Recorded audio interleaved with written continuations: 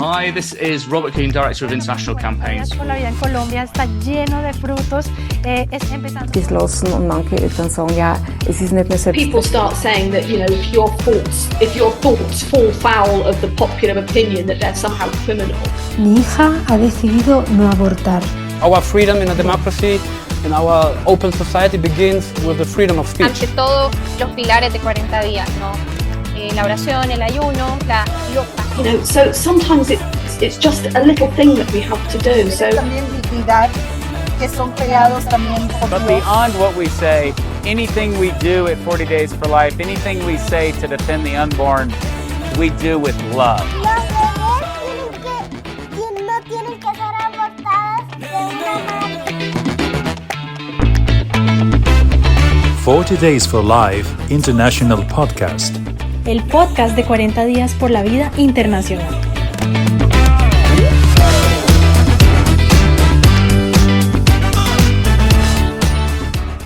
Hello and welcome to the 40 Days for Life International Podcast. My name is Robert Colquhoun and I am the Director of International Campaigns, and we are really honoured and blessed to have an amazing person. This week we have none other than Ramona Treviño.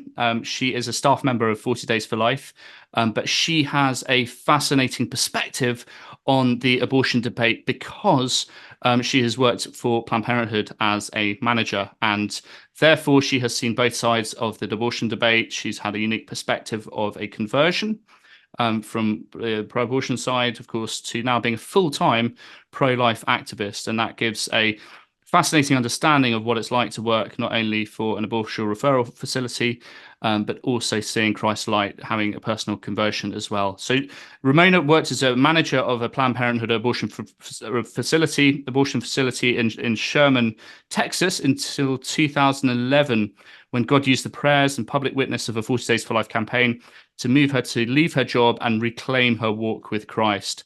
And her resignation from Planned Parenthood resulted in her former centre going out of business. Ramona has shared the miracle of her conversion and the goodness of Christ's mercy throughout the United States and internationally through speaking engagements in print, broadcast and online media as well. She's a wife, a mother and a grandmother, and she's the author of Redeemed by Grace, a Catholic woman's journey to Planned Parenthood and back. Ramona, how are you? It's wonderful to have you on the podcast today. I'm fantastic, Robert, and I'm so pleased to be joining you. Thank you so much. And you've been honored and privileged being with you in some of our international conferences in Krakow. You moved many of our international leaders to tears with your emotionally moving story during that conference. And it's a blessing to work with you, but also seeing your amazing work travel around the United States, seeing different campaigns and just seeing how things are getting so strong in America. We've got so much to learn from what's happening in the United States, from many of the international countries. We're years behind in the pro-life movement. But your story is really fascinating, and it really sheds light on how God has worked in and through your life. Tell us a little bit about your background, your family, and your upbringing. Just a little background to yourself before we share your sort of personal testimony. Absolutely. So I am a cradle Catholic. I was baptized as a Catholic as a baby in my family, but we were really cultural Catholic, which isn't really uncommon. Of course, my parents were both married in the Catholic Church. They baptized my sister and myself, and that was the extent of our formation, our faith formation. So we weren't really raised up with the sacraments other than the sacrament of baptism. Church wasn't something that we went to often, maybe just during Christmas and Easter. And my earliest memories of going to Mass were funerals. And so I wasn't really immersed in our faith, but it was, part of our culture and part of our identity. My father was an alcoholic for most of my life. So I didn't have just this, ideal, childhood or anything like that. But there was a lot of love in my home, despite the challenges and the problems that my parents had. And so one of the ways in which that love really showed itself was when I became pregnant as a teenager. So at 16 years old, I became pregnant, and praise be to God, my parents supported me through that pregnancy. And I think it's such a huge grace too, that abortion wasn't an option for me. It wasn't even something that crossed my mind.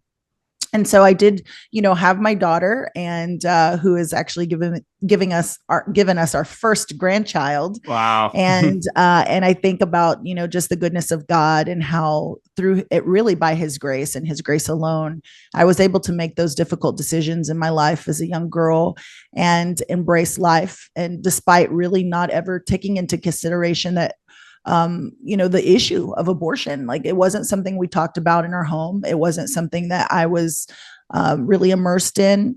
I think it's safe to say that I was just naturally, instinctively pro-life, which I think we all are, of course we are. And so I think also growing up in a very rural town, which I still live in today, also helped me and sheltered me from those issues, because those seem to be big city issues, big city problems that really didn't impact those of us who lived in this rural life. And so it was a kind of an out of sight, out of mind mentality. And I think can be problematic in many ways, because we grow up not really thinking about how this issue has impacted the world and the people in our community.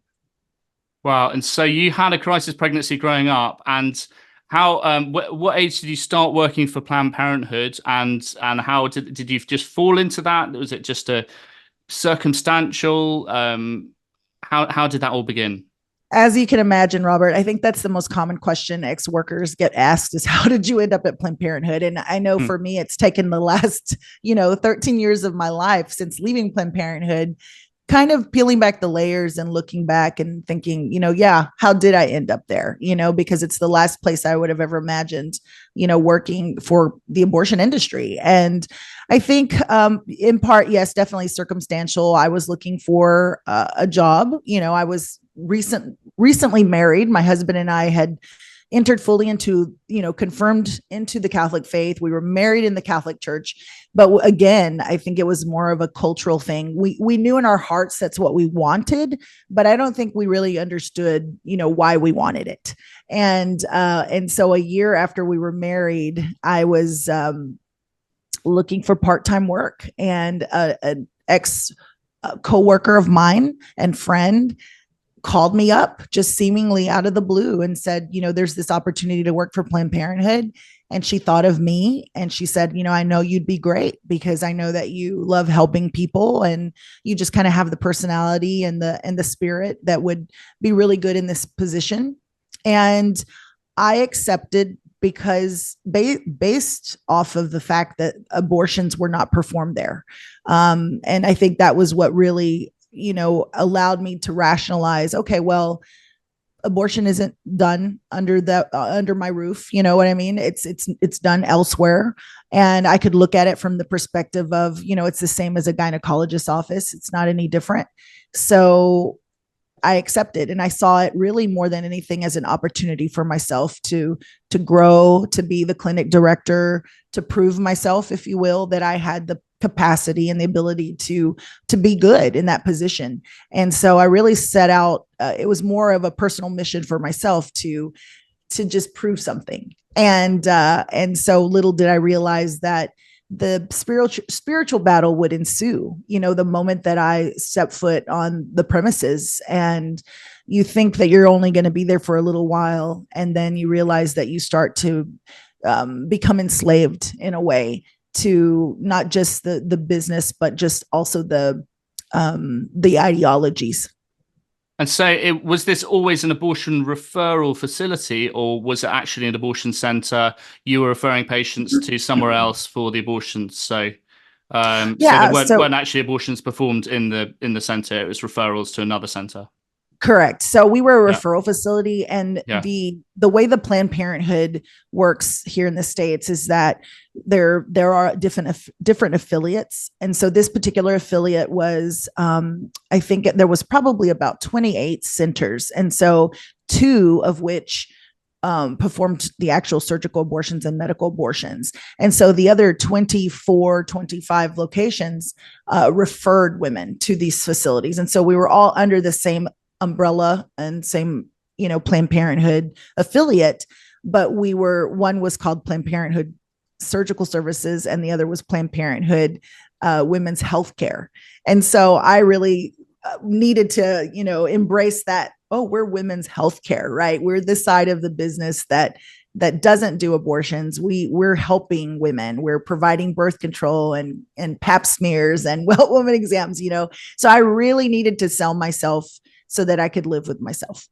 So basically the culture of living there, it's you think that you're providing sort of healthcare and all these sort of services, and this is the understanding of kind of the staff. What's the culture like, working there? And is it very corporate, very sort of slick, professional? What's the dynamics of actually working there? Well, of course, at the administrative level, it's corporate. Yeah. And I always tell people that at the clinical level, it's unhappy. It's just, the women that work there, I think a lot of the employees genuinely think that they're helping women.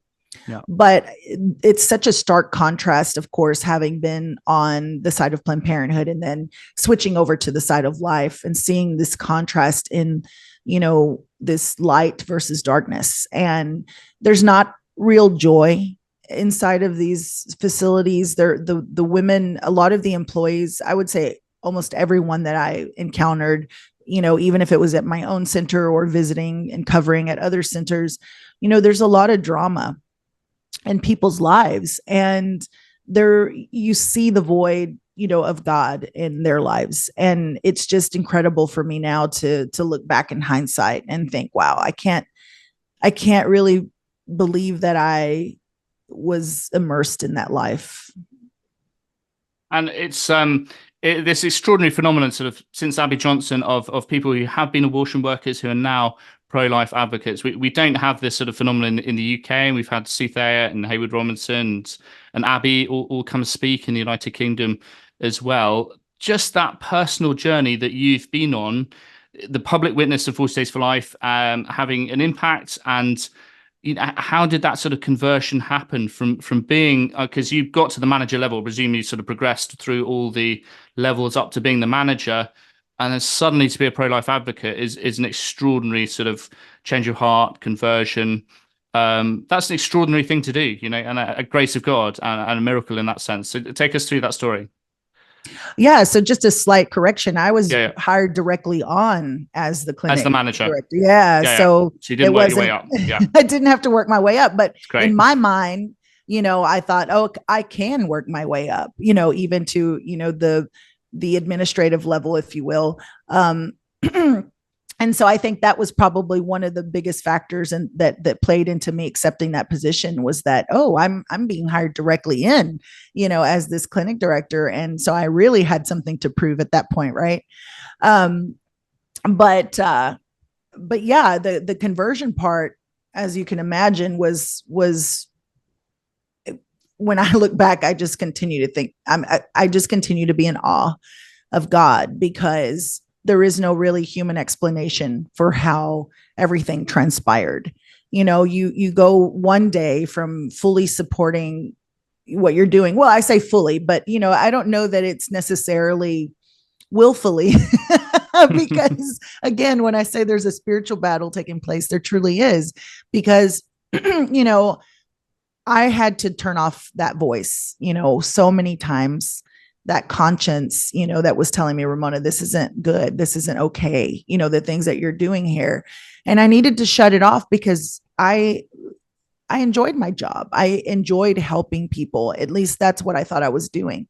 So for this type of conversion to happen, you realize, wow, I went from one day, being content with my job, to the next day, questioning everything that I thought, I thought I believed in. And so really the catalyst before 40 Days for Life showed up outside of my facility was God reaching me through Catholic radio. And I thought, what an interesting way for God to reach me. And I think it makes sense because of my personality, because of the type of person that I am. I am a sort of extroverted person, but I'm also very internal too. So I need time to be alone and to process things that are happening to me. But I'm also very stubborn. and hard-headed. So, I think, of course, God knows me inside and out and knows, how to reach me. And so I think, this was a gentle way of doing that. And so it was actually through Catholic radio that God planted the first seed. And that would be through opening my mind to the word abortifacient, which I had never heard before. And as a contraceptive user for many, many years, I had never understood that there were abortifacient properties to, hormonal contraception. And so to hear this for the first time and explained to me, through the radio, I thought, gosh, this changes everything. This actually challenges me as someone who personally didn't believe in abortion. And so, I think that's the other component to this. And I think so many people can relate when you think about how we've come to this point in our history where so many people accept abortion. I think oftentimes what happens is they're accepting not necessarily that they themselves believe it's okay to dismember babies and to poison babies to death, but it's this complacency and this apathy of, well, I personally wouldn't do it. I personally don't believe in it, but every woman has a right to choose this. Right. And so it's that exposure to the ongoing propaganda that, of choice. And so I can definitely say that's what I was exposed to, for all of my life was the propaganda of choice. And so the idea that I could potentially be, aborting through chemical means through my own hormonal contraceptive use was now this huge challenge. Like, wait a second, this changes everything, right? Because, I'm okay with other women choosing this, but not myself. And so that was the first seed that was planted, that God planted. And it was actually through Catholic radio that I would ultimately hear about in the advertisement about 40 Days for Life showing, coming to my former workplace to pray. And it all lined up so perfectly, like the first time that I heard and stumbled upon Catholic radio, something that I didn't even know existed, was right around Christmas. And so when we think about the season of Advent, we think about, conversion, the season of conversion, it makes sense now to me. And again, I just look back so fondly of God and think, wow, only God can, I'm sorry, I would tear up. Like only God can do that, and so again, there's really no other explanation than the divine. So the first seed was listening to Catholic radio, and then suddenly there were some doubts. And then how did your conversion story develop, and what was the next stage? It was talking to some of the 40 Days for Life volunteers, and how did you progress from being the manager to sort of having a conversion and leaving? It's a pretty sort of, act of God, miracle, grace to have that kind of journey. It's not, not for the faint-hearted.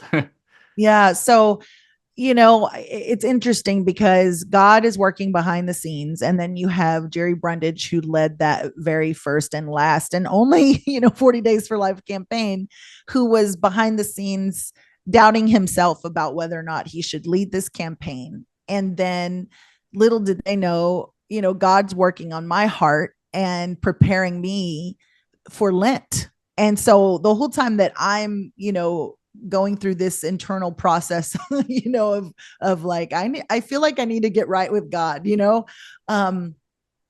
this whole thing is working behind the scenes with, Jerry and this campaign. And here I am thinking, okay, I need to go to confession. I need to confess that I'm working for Planned Parenthood, that I've been, using contraception for years, all these things, right? That I hadn't been to confession since I was married, which was 5 years prior.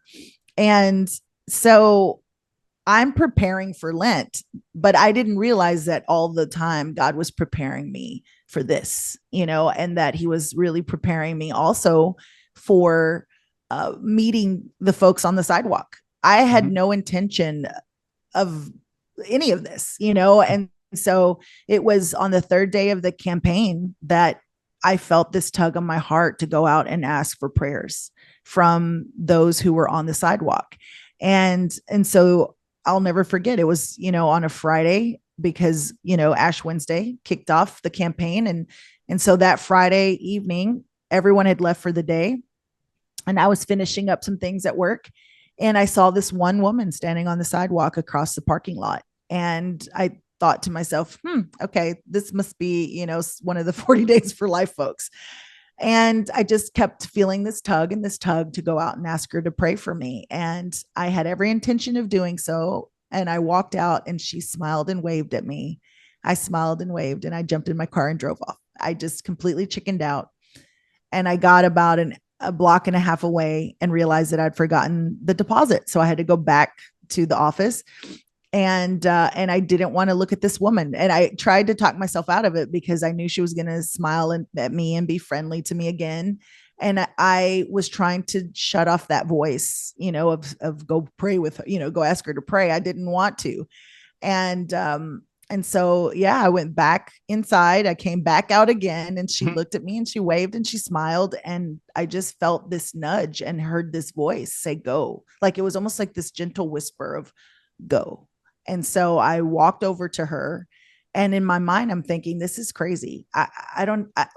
When would I have ever asked some complete stranger that I didn't know to pray for me? Like that's something your parents do. That's something your, closest friends do for you. And you ask them, and so she, as you can imagine, Robert, her eyes just gotten bigger and bigger as I'm approaching her.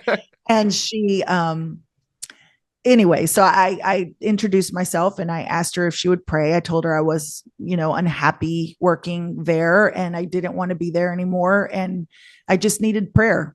And it was actually because of the advertisement on Catholic radio of hearing that, 40 Days for Life is a peaceful, prayerful vigil.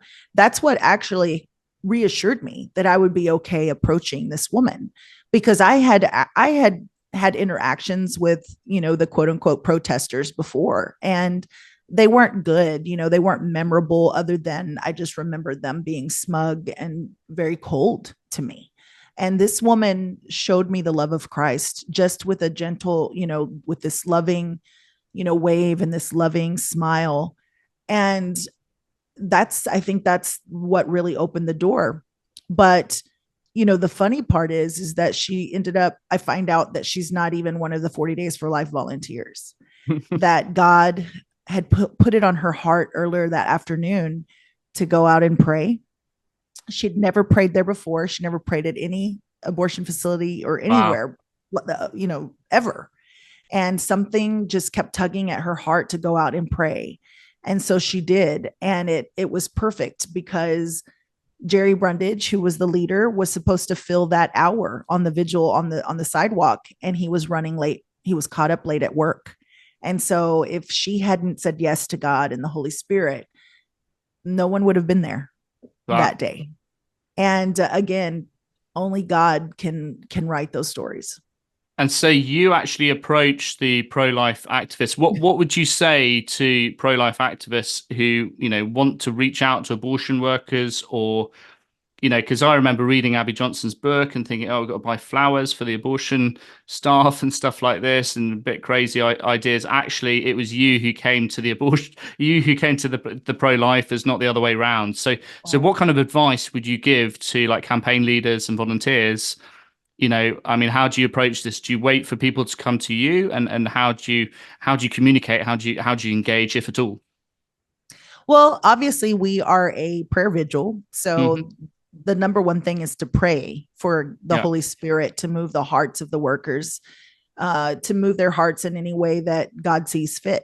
Right. And so that's number one. Definitely ask for that. And so I'm such a true believer in the power of prayer and the power of the Holy Spirit moving in people's hearts, and also trusting in God's perfect timing. So that's the other thing that I think that we often forget, is that we want to see these things happen. Obviously, we want the salvation of lives and souls. And we can be a little overzealous sometimes, or oftentimes we can be discouraged when we don't see it happening. Yeah. So, my biggest advice that I give to people is trust in God, trust in God's timing, and continue just to show the love of Christ on the sidewalk. And I think that's a way in which over time you continue to break down that barrier. Because if I think about the contrast between the woman on the sidewalk and of course the people, involved in 40 Days for Life versus those, quote unquote protesters that I had, spoken to previously. The contrast was the love that they showed me. I think for the first time, I mean, as you can imagine, Robert, when you work inside of these type of facilities, your conscience is weighing on you. Unless you're completely numb, you have no conscience left. There are plenty of people who are in there who still have, good hearts and who think they're helping. And so we have to kind of play on that a little bit. And we have to touch that part of their heart that shows them, I see you and your dignity as a human being. And so I think that's what really where for me, it touched me, is that this woman who didn't know me, who saw me coming out of the Planned Parenthood, right? Mm-hmm. She waved at me and she smiled at me. And that showed that she saw me, as God sees me. And she showed that love to me.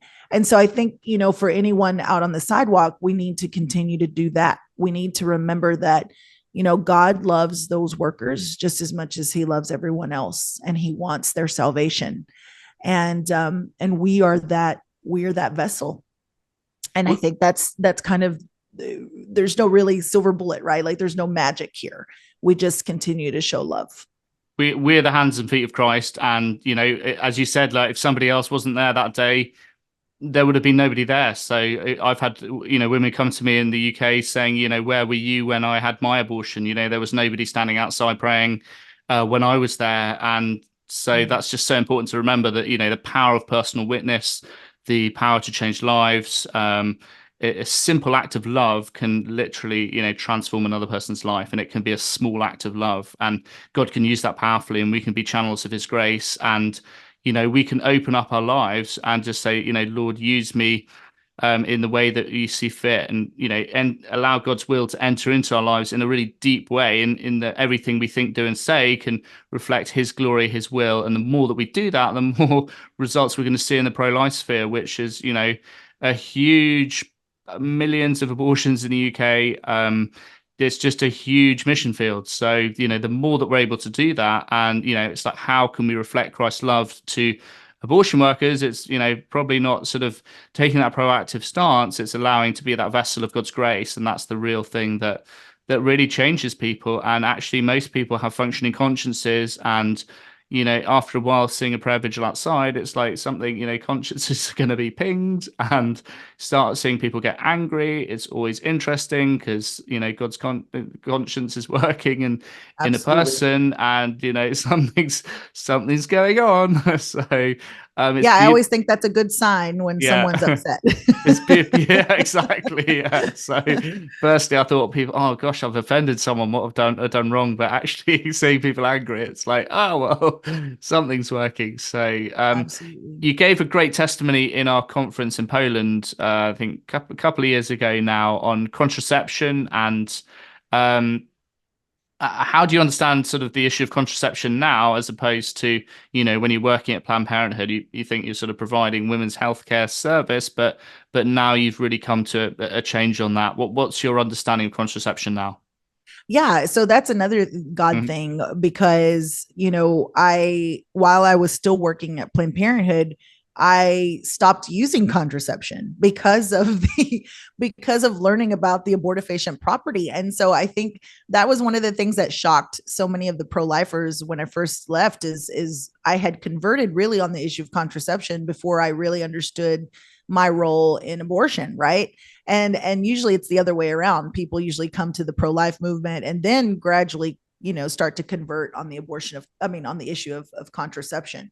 And mine was the reverse. And so it's, again, I think it was just God's grace of opening my mind and allowing me to have that wisdom to start really understanding, how we got to where we are today with abortion because of the contraceptive mentality. And I saw that firsthand working at Planned Parenthood, and how, you kind of start piecing the puzzle together and go, wait a second, we're not preventing abortions here.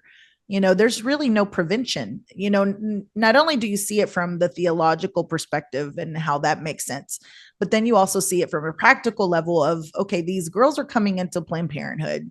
They're all getting on birth control. We're selling birth control to them. And yet on the abortion side of the business, they're talking about how abortion numbers are low and they're not meeting their quotas. And I'm thinking to myself, wait a second, none of this makes sense. Number one, so they're saying we want more abortions, and yet they're saying the solution to preventing abortions is contraception. And so then you just kind of start to understand, and it all begins to make sense that, going all the way back to Margaret Sanger and, the founding of Planned Parenthood and the push to legalize contraception. And then immediately following legalization of contraception, you have abortion, and you realize it's two sides to the same coin, right? You can't have one without the other, because it's this mentality of saying no to conception, which is what contraception means, that really opens the door to the abortion mentality. Because when contraception fails, you turn to abortion. And we've embraced, that mentality in our culture. So everything that Pope Paul VI said, in Humanae Vitae and encyclical Humanae Vitae came to fruition. Everything that he said would happen if we embrace contraception has come to pass. And it all makes sense, especially when you look at it from the perspective of inside of Planned Parenthood, and then now on the other side. And just this transition, the conversion that you've had, is that it was sudden, it was rapid?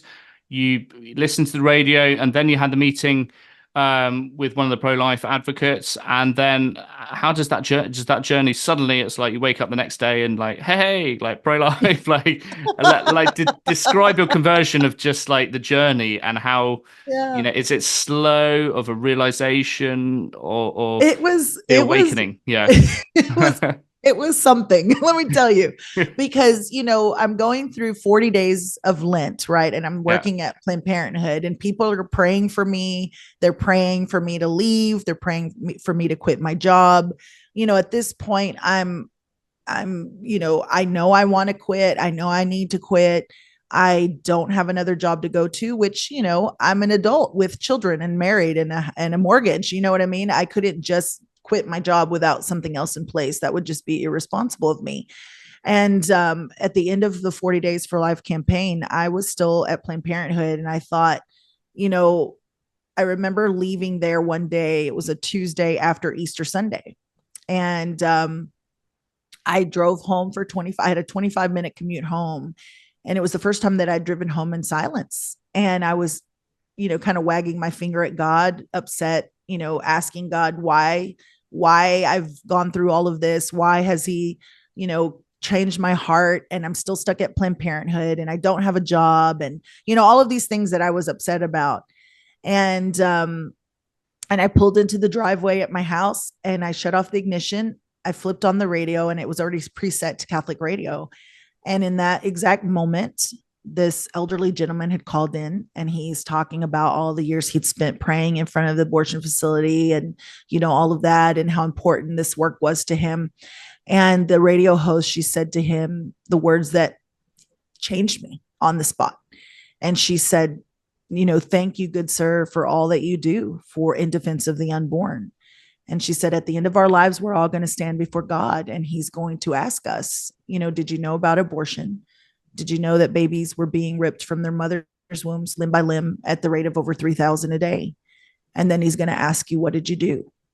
And I just began to sob uncontrollably, because I realized that I was complicit in abortion. I still wanted to believe up to that point that I was kind of in this gray area that, we don't perform abortions here. That's done somewhere else. I've never personally had an abortion. I've changed my mind on contraception. I know I shouldn't work here anymore. It's, but I'm still not performing abortions here. That's done somewhere else. So I really wanted to believe that my hands were clean. I always, say I was like Pontius Pilate. I washed my hands of innocent blood. And I believe that I wasn't complicit, at least not directly. And I think it was that moment for sure that made me realize that not only was I complicit in abortions, But I was guilty of so many things, due to the sin of omission. And I could never move forward again the same. I could not wake up tomorrow and be the same. And so that's the moment that I knew that something had to change. And so as you can imagine, now there's this new sense of urgency that I hadn't had before. And it would all come to the climactic end on Divine Mercy Sunday, which was, at the end of that week, I'd sat in mass with my family. Was May the 6th of 2011. So I just celebrated my 13th anniversary of quitting. And I'm sorry, not May the 6th. Rewind. May the 1st. Divine Mercy was on May the 1st. And it was also the beatification date of St. John Paul II. And it was also the feast day of St. Joseph the Worker. And I didn't know any of this. I'm sitting in mass, and during the consecration of the Eucharist, I hear God his voice very clearly, like internally say to me, Ramona, I forgive you. Have faith in me. Wow. And I just started to cry, and I knew what he was asking me to do. He was asking me to take a leap of faith and forget about, the potential job and all these things that I was worried about, and just follow him and quit. And so the following Friday, May the 6th, I walked out of Planned Parenthood, and I just remember the first person I called was Sean Carney, and left him a voicemail because he was off giving a talk somewhere, so he didn't answer. And I was just like, I'm free, I've done it.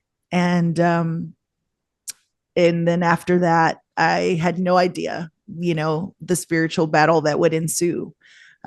Because you can imagine when you first have that conversion, everything's amazing. Everything's beautiful. You're on fire for the Lord. And then of course the enemy is like, wait a second, honey, you have just slipped away, and now I got to bring you back. And so, it has been quite the spiritual journey since.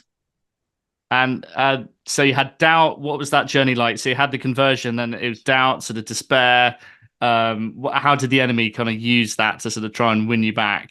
In every way you can imagine. So there was physical battles, like with my health, and also during my pregnancies. So we actually had the first of our conversion baby. So we conceived the first of our conversion baby a month after I quit.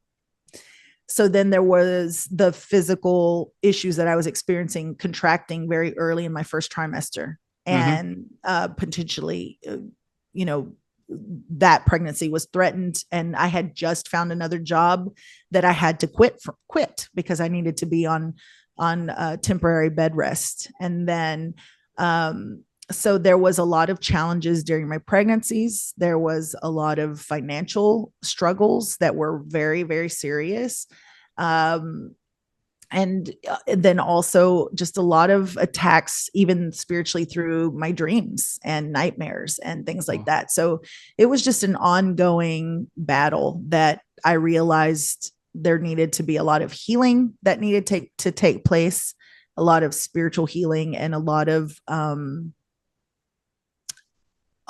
spiritual growth in terms of just my own virtue and growing in virtue, and realizing that doesn't just magically appear when you convert.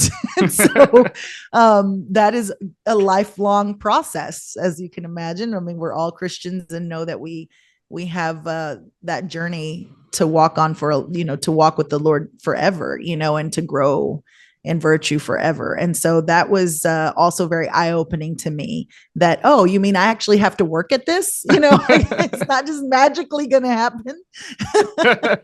You don't just get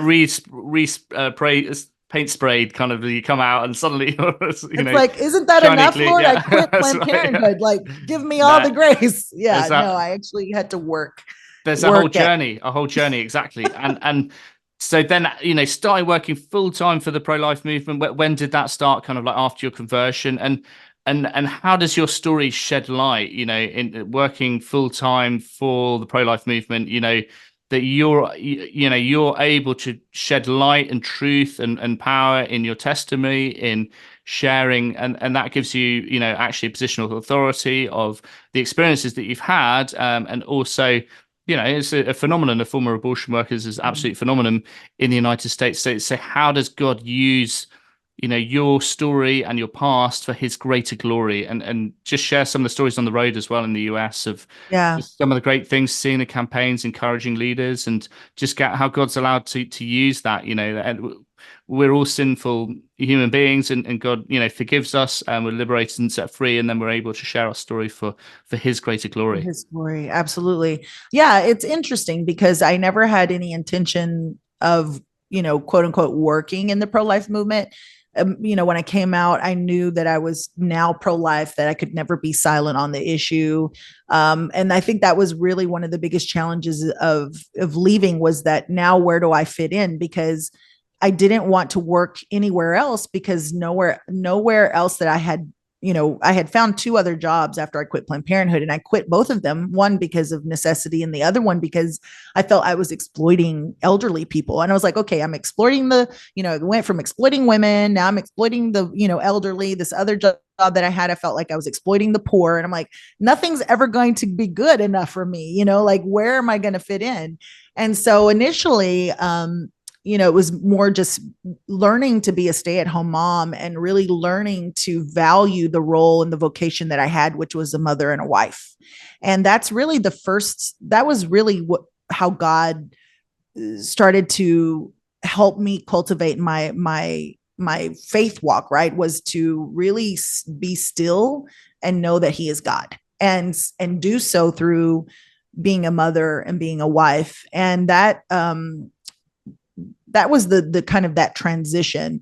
But then God was tugging at my heart in terms of, how do I use this beautiful story? How do I give glory to God? How do I contribute to this movement through this experience that I've had? And I had no idea how that was going to happen. I didn't know. And so initially I had been invited to for a couple of speaking opportunities, and it just felt beautiful to be able to do that and to give that glory to God. And more people were like, oh, come speak here, or come speak there. And so initially it was, starting as a speaker, public speaker.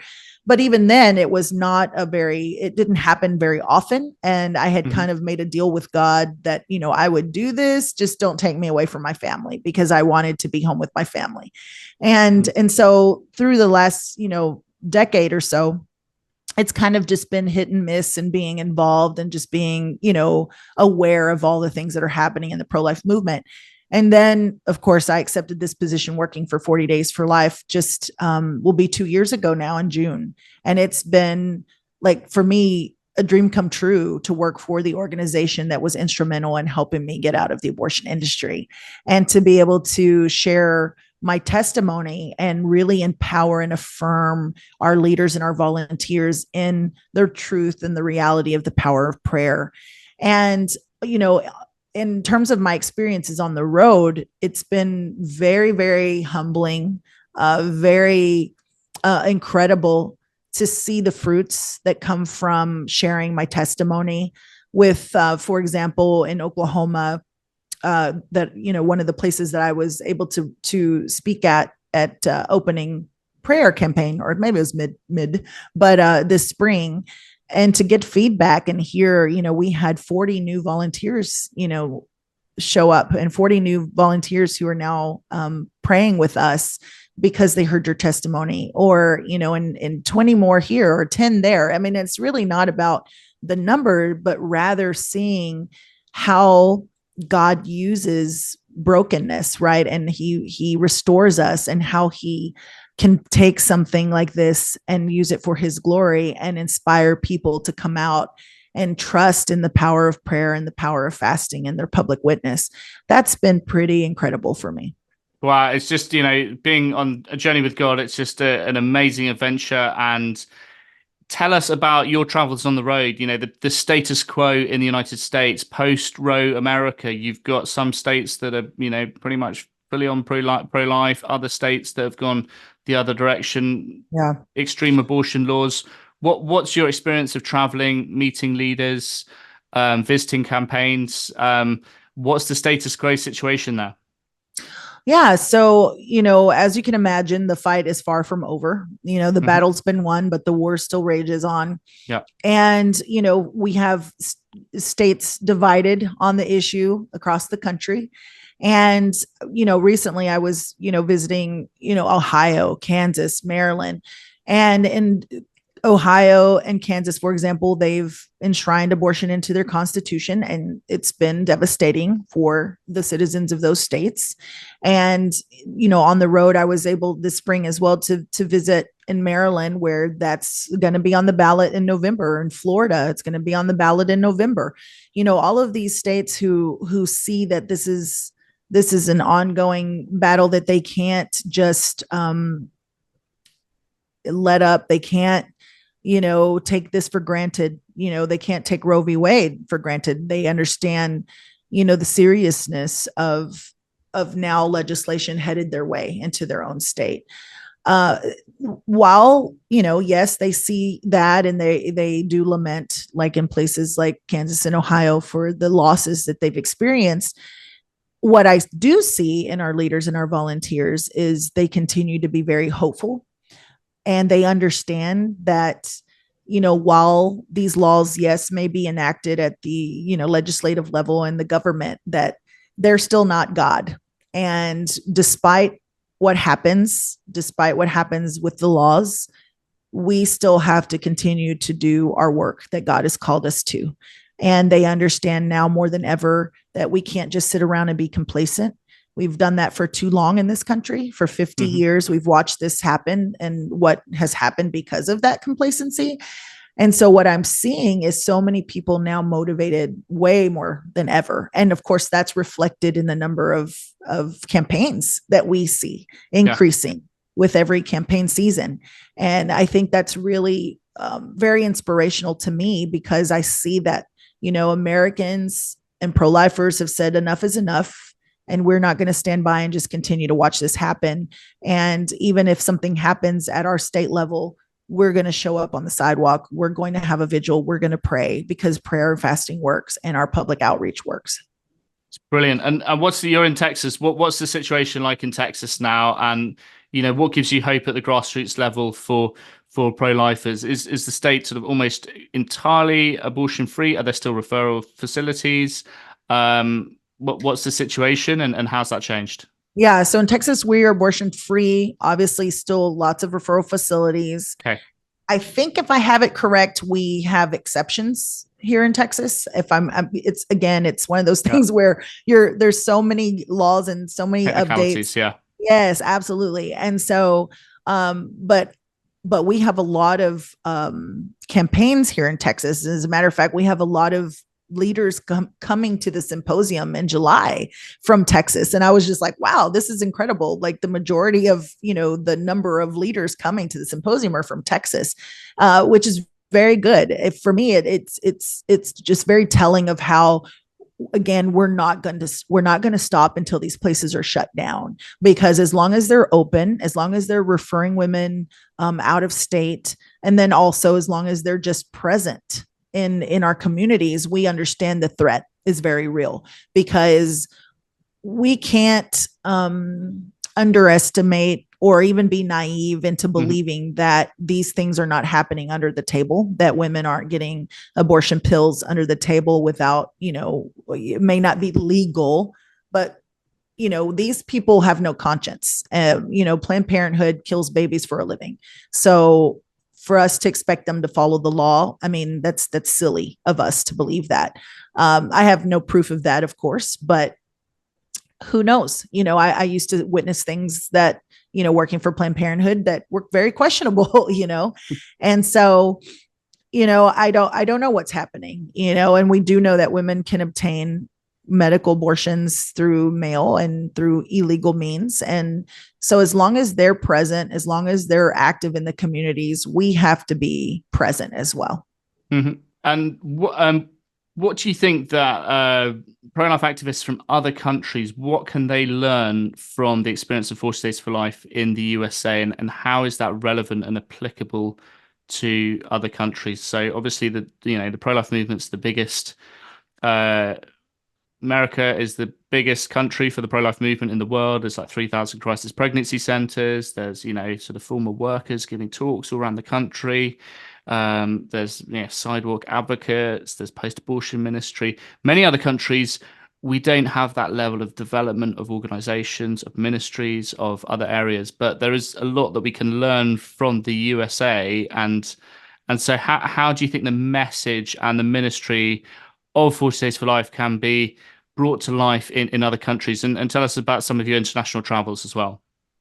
Yeah, I think the key is to look at 40 Days for Life and number one, perseverance. I think that's the biggest takeaway is to continue to persevere in this mission.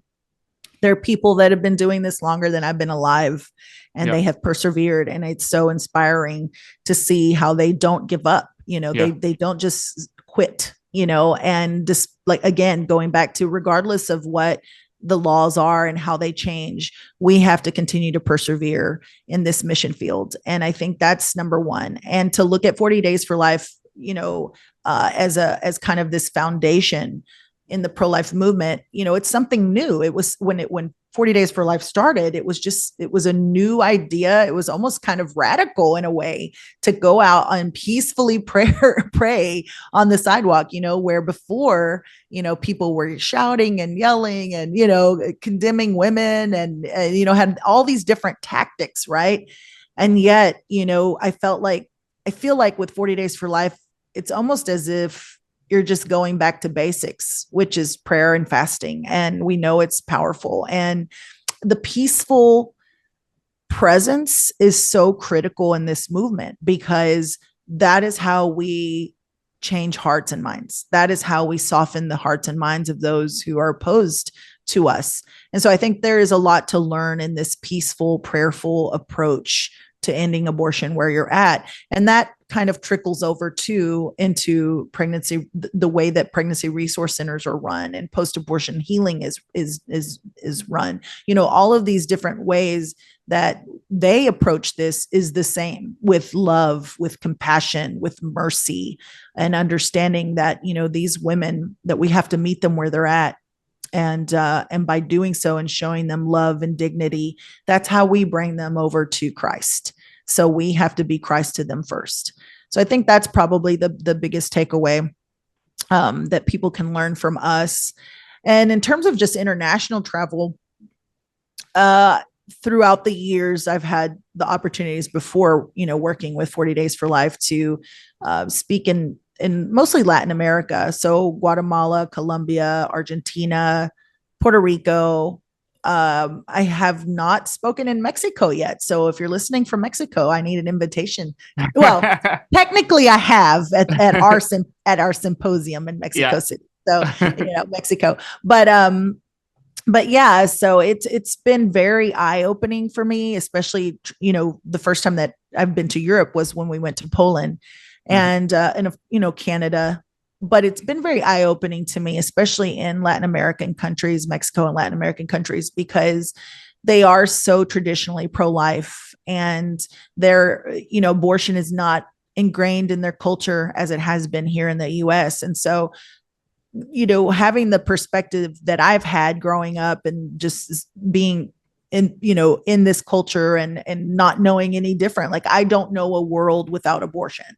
And then traveling to Latin American countries where they still don't even have, in some places, they don't even have legalized abortion, and yet they have 40 Days for Life vigils. To me, I think that speaks volumes to their faith, their commitment to ensuring that their country stays pro-life, to bringing awareness to the community, but also understanding that, despite the fact that it may not be legal, women are still obtaining illegal abortions, and their presence is so important so that they can, that I think these are the places in which their public witness is so powerful, because, abortion may not be legal there, but they're people are seeing them standing on the sidewalk wondering, what is this all about? Right. And so I think that is really important, especially where abortion isn't legal. And tell us about your book as well. And that came out several years ago. That tells your personal story as well. For those that want to find out more, it's called, is it Redeemed by Grace, and tells your personal story? Yeah. So Redeemed by Grace, A Catholic Woman's Journey to Planned Parenthood and Back was released in 2015, I believe. So it's been a long time ago. And yeah, it was just one of those things where people encouraged me to tell the story in a book, because obviously there's so much to the story that you can't share, when you're just sharing your testimony in a short amount of time.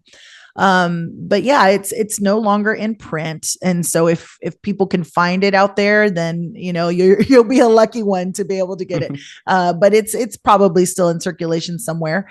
But it's in Spanish, available in Spanish. It's available in English, but it was also translated in the Ukraine. So it's available in Ukrainian.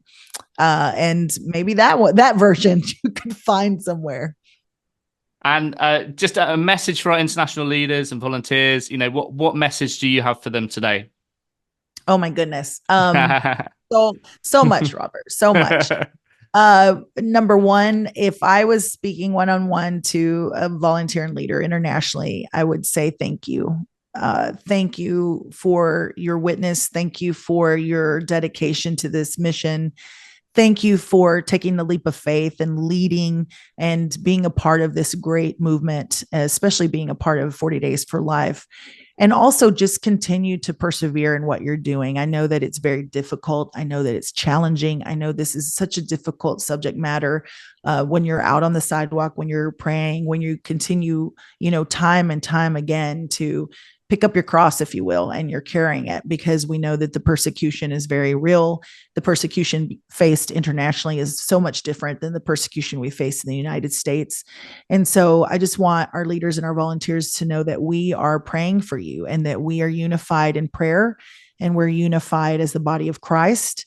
And I couldn't be more honored to be a part of this organization and to really just be the outreach director for not only here in the US, but also just to feel like I am part of this greater, this one little thread in this great tapestry that is 40 Days for Life and our leaders and volunteers.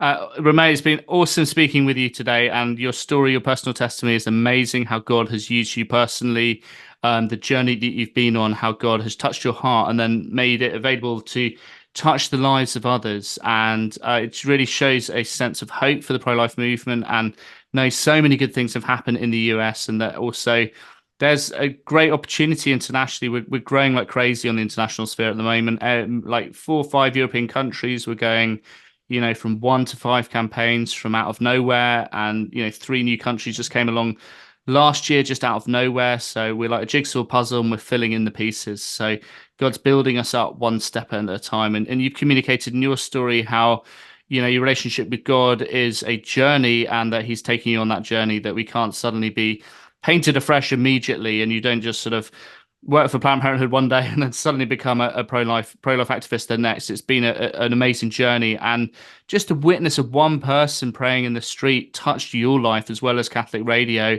These small acts of love, which we can give as pro-lifers, have the ability to transform the lives of other people around us. And that's what I think is what's so amazing and beautiful about your story. I know you've brought people to tears with your testimony, giving talks, and it's a real honor and a blessing to work with you as well. It's an exciting mission. It's never a boring place. And there's a massive mission field out there, and we are still scratching the surface of what's really possible, what God can do in and through us.